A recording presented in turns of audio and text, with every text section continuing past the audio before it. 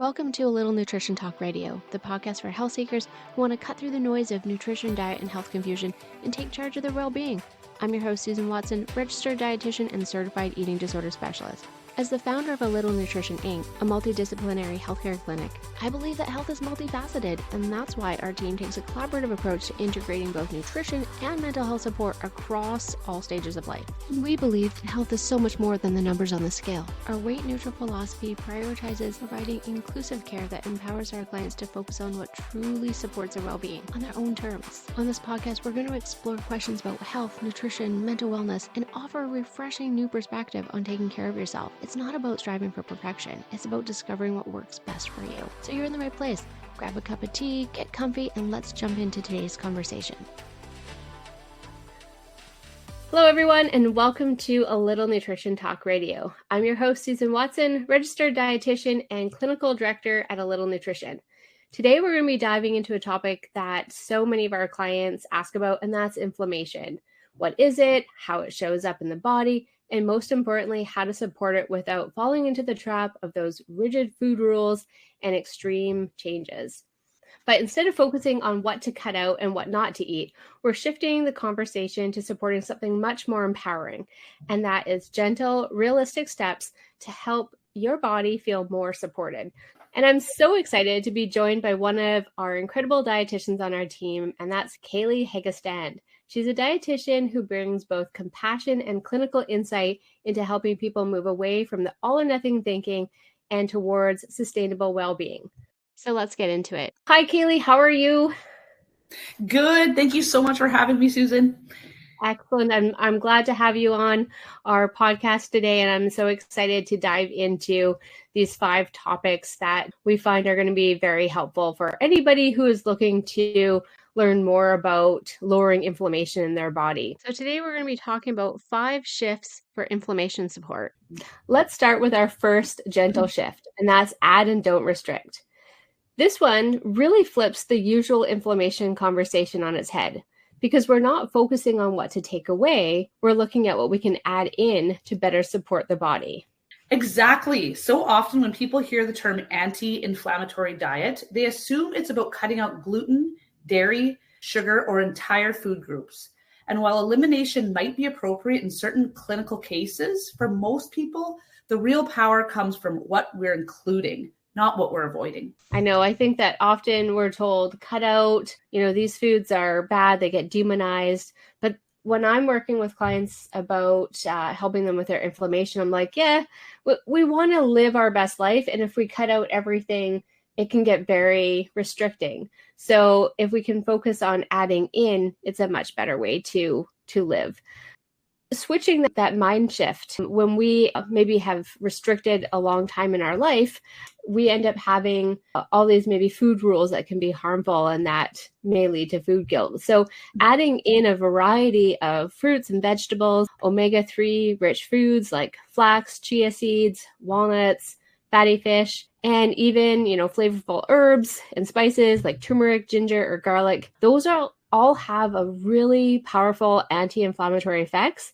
And if we're adding those in, we're not having that kind of fear of restriction around food, and we're able to keep our pattern of eating nice and balanced. And when we approach this from a lens of nourishment, not perfection, and we're giving people permission to build on what they're already doing, it could really be as simple as adding berries to breakfast, or throwing in a handful of greens into your pasta, swapping in some olive oil for cooking, or experimenting with turmeric in soup. That's actually my favorite. Turmeric is one of my favorite anti-inflammatory foods. I have some turmeric tea that I got at Costco. I love sipping on that in the winter. And I really love that these changes are approachable, that you don't need to overhaul your pantry. And it's really about layering in supportive choices over time based on your preferences, budget, and culture. Plus, when we focus on what we can add, we're more likely to feel satisfied and, again, nourished, which often reduces the desire to stress eat later on. Yeah. Anytime we are restricted or told that we can't have a certain food, There's that mindset that maybe like we want to rebel against it, or even just that scarcity that makes us end up wanting it a little bit more. So if we focus on adding in versus restricting and withholding those foods, I think we'll have a much more balanced approach to our health. So let's move on to shift number 2, and that is going to be tuning in and not tuning out. And this one is all about listening to your body's natural cues like hunger, fullness, energy levels, and using those signals as a guide instead of following rigid meal plans or food rules. Yes. And what's so powerful about this shift is that it brings the focus back to you. Your body has a built-in system for regulation. It tells you when you need fuel, when you've had enough, when you need rest, and when you need to move. But diet culture, unfortunately, often teaches us to ignore or override those signals. Yeah, and especially when you're dealing with inflammation or chronic health issues, it's easy to feel disconnected from our bodies. People often say, I don't trust my hunger, or I eat past fullness all the time. But tuning in isn't about perfection. It's really about rebuilding that trust little by little. Exactly. Even just starting to notice when you feel hungry or when your energy dips during the day can be a great first step. You might ask yourself something like, am I hungry or am I just tired? Do I need a snack or do I actually just need a break? Am I eating because I'm stressed or because I haven't actually eaten enough all day? Yeah, that's a really helpful reframe, because instead of shaming ourselves or making ourselves feel bad for emotional eating or eating when we're fatigued, we're just getting curious and we're starting to check in and not check out. Yes, and the act of tuning in actually helps lower stress and inflammation. When we eat in response to true hunger and allow ourselves to feel satisfied, it supports digestion, blood sugar balance, and nervous system regulation. So if you're listening today and this feels a little new or maybe a bit uncomfortable, that's okay. This shift is about a practice. You can start by just pausing before a meal and asking yourself, what does my body need right now? Even that small moment of mindfulness can make a huge difference. And the more we practice tuning in with compassion, the easier it becomes to care for our bodies without needing a strict set of rules. Yeah, we can use our own body to help us guide how we nourish ourselves. So let's move on to our third gentle shift, and that's making peace with movement. And this one is really about redefining our relationship with exercise, not as something we have to do or something maybe tied to weight or punishment, but as something that can feel good and supportive and even joyful. I love this shift because so many people have a complicated relationship with movement. I'll be honest, when I was a kid, I was an athlete, and it was very much so about, get in there, go exercise, burn calories. It was just like, it was almost more stressful, and feel like people might associate exercise with guilt, shame, or past experiences of being told they needed to exercise to earn their food or shrink their bodies. But movement has so much more to offer, especially when it comes to inflammation and mental health.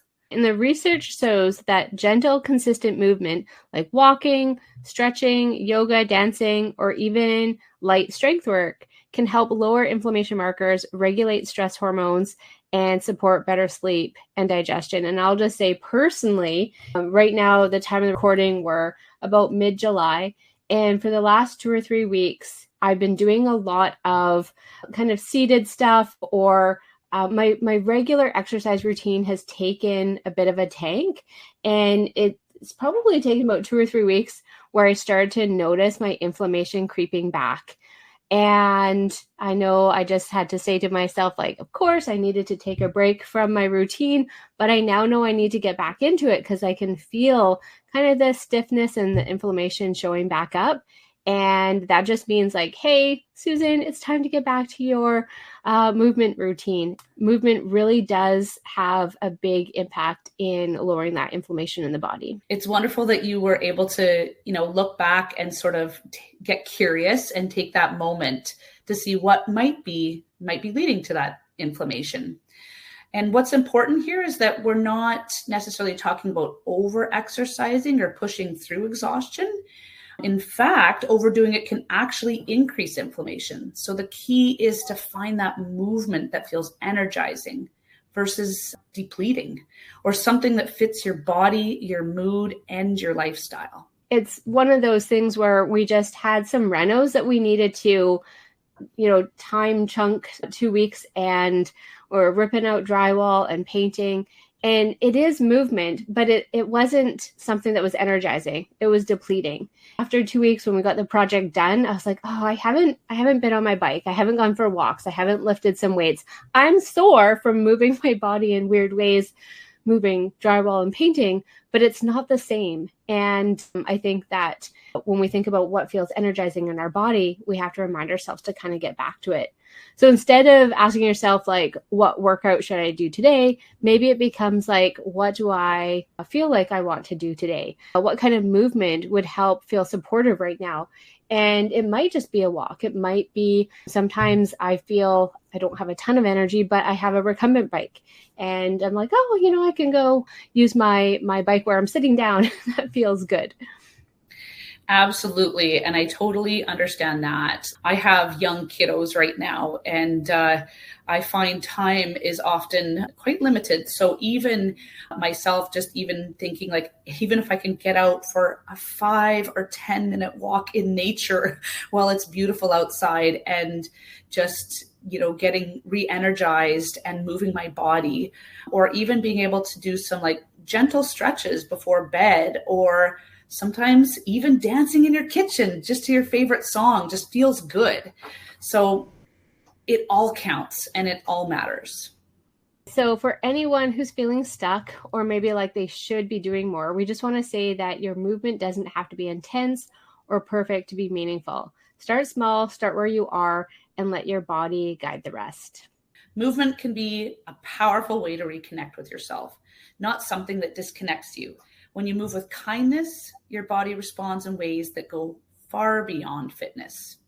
I totally agree with that. So let's move into shift number 4, which is prioritizing rest and recovery. And this one is often overlooked, but is just as essential as food or movement when it comes to supporting inflammation. Rest isn't a luxury. It's part of how our bodies heal. Yes. And I think this shift really invites us to challenge the hustle mindset that says we always have to be doing more. Chronic stress, lack of sleep, and emotional overload can all increase inflammation in the body. But when we create space to rest, whether that's physical, emotional, or mental, we actually lower our body's inflammatory load. Now, we're not just talking about sleep, although quality sleep is really big. We're also talking about rest in all forms. So that's taking breaks during the day, saying no to things that drain you, creating boundaries around work or screen time, and building in activities that help your nervous system settle, like journaling, mindfulness, or simply doing nothing. I know for me, I talk about this all the time, it's painting my nails. I take that time and I rest. And I think it's because I have a hard time slowing down. But when you paint your nails, you can't do anything else other than watch paint dry. Absolutely. I think I need to start doing that, Susan. I think that's a lovely way to just like slow down, especially because you can't do anything after when your paint is wet. So your nervous system needs moments of safety and calm to do its repair work. So even 5 minutes of slowing down can signal to your body that it's okay to shift out of survival mode. Yes. So for our listeners who feel guilty about resting or feel like they haven't earned a break, we just want to gently say you don't have to earn rest. Rest is your right. It is a basic human need, and it's foundational for reducing inflammation and improving well-being. Yeah. So if you're someone who's been focusing a lot on nutrition or movement, but still feeling worn down, it might be time to check in with your rest rhythms. So ask yourself, am I giving myself time to recharge? Do I feel rested when I wake up? Where could I create a little more space for recovery? So again, open up that curiosity and ask yourself and check in with yourself. So it might not seem like this is the case, but rest is productive. And choosing to slow down, especially in our society that glorifies busyness, is actually a sign of strength. Oh, we all need a little bit more rest. So let's go into our final gentle shift, and that's letting go of perfection. This one might be the most important because it's the thread that ties everything else together. Real change doesn't come from doing things perfectly. It comes from showing up consistently in small, meaningful ways. Yes. And it's such a common experience. I know myself, this is something I have to work on all of the time. And we do see this with so many clients as well. So where people feel like if they can't do everything right, they might as well not try at all. That all or nothing sort of thought process. But healing, whether it's physical or emotional, doesn't happen in straight lines. I don't know if we could ever be perfect at our health. I often will hear clients say like, oh, I was doing really good, or I was really on track, or like that part of my eating was perfect. It's like, who's judging you? Who is saying what needs, like, what is the guidelines for that? So, you know, we live in this world that promotes extremes, and it's easy to feel like you need a strict plan or a flawless rule to reduce inflammation. But the truth is your body responds to small, compassionate choices over time.